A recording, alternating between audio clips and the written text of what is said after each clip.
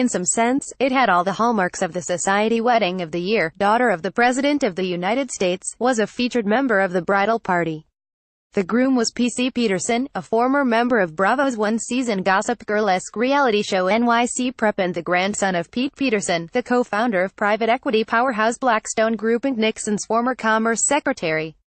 The bride was Quentin Esme Brown, daughter of the late real estate developer Harry Joe Brown Jr. and granddaughter of the late Hollywood mogul Harry Joe Brown. Offsprings of some of New York's most notable families, including Peter Brandt Jr. and Alexander Asseline, were on hand at the exclusive ceremony. Yet, the setting was not some exclusive family compound or historic church. Rather, it was Las Vegas' a little white wedding chapel. Trump, clad in a bodycon black dress, served as the flower girl, sprinkling pink petals out of a Tiffany blue gift bag. Brandt served as makeshift Instagram videographer. The maid of honor wore jorts. The bride wore a black crop top with a white veil, as evidenced by Brandt's Instagram video post of the ceremony. The wedding was not first memorialized in the New York Times vows column but rather in 4 slides of screenshots from the iPhone Notes app posted to Instagram, in which the bride announced that, indeed, the ceremony had been planned while everyone was sober earlier in the day. She added that while she and Peterson were not actually romantically involved in the traditional sense, and are indeed dating other people, that they very much planned to stay married anyway.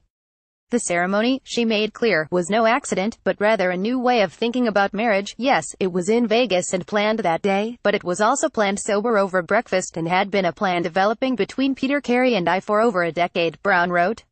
He has always been my soulmate in every sense of the word, and we felt mutually that Vegas was the place to finalize our commitment to partnership, A, because we were amongst close friends, and B, because we love to have a little bit of a laugh. Indeed, it appears that the group of friends were not initially in Vegas for the wedding, but rather to celebrate the birthday of socialite, designer, Trump's best friend and leader of the New York Times identified the initial group, which also included the likes of Abigail Breslin and Rhea Benitez, had partied the night before at the Omnia nightclub. The sequin bomber jacket Warren wore for his own celebration, or one exactly like it, turned up at the ceremony to complete the outfit of the jorts-wearing bridesmaid. That the wedding itself should be untraditional isn't a surprise, considering it seems the bride and groom are aware the marriage is not. We have one life. Free yourself. Brown wrote under a wedding photo on Instagram. P.S. We have never had.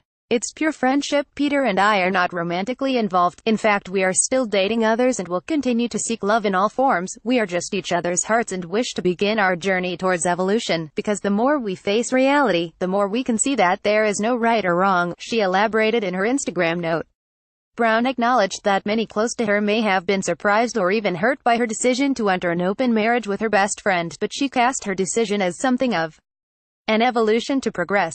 She also quoted abolitionist Frederick Douglass in her note. In a screenshot of a text message later posted on the bride's Instagram stories, the mother of the bride expressed her support for the union.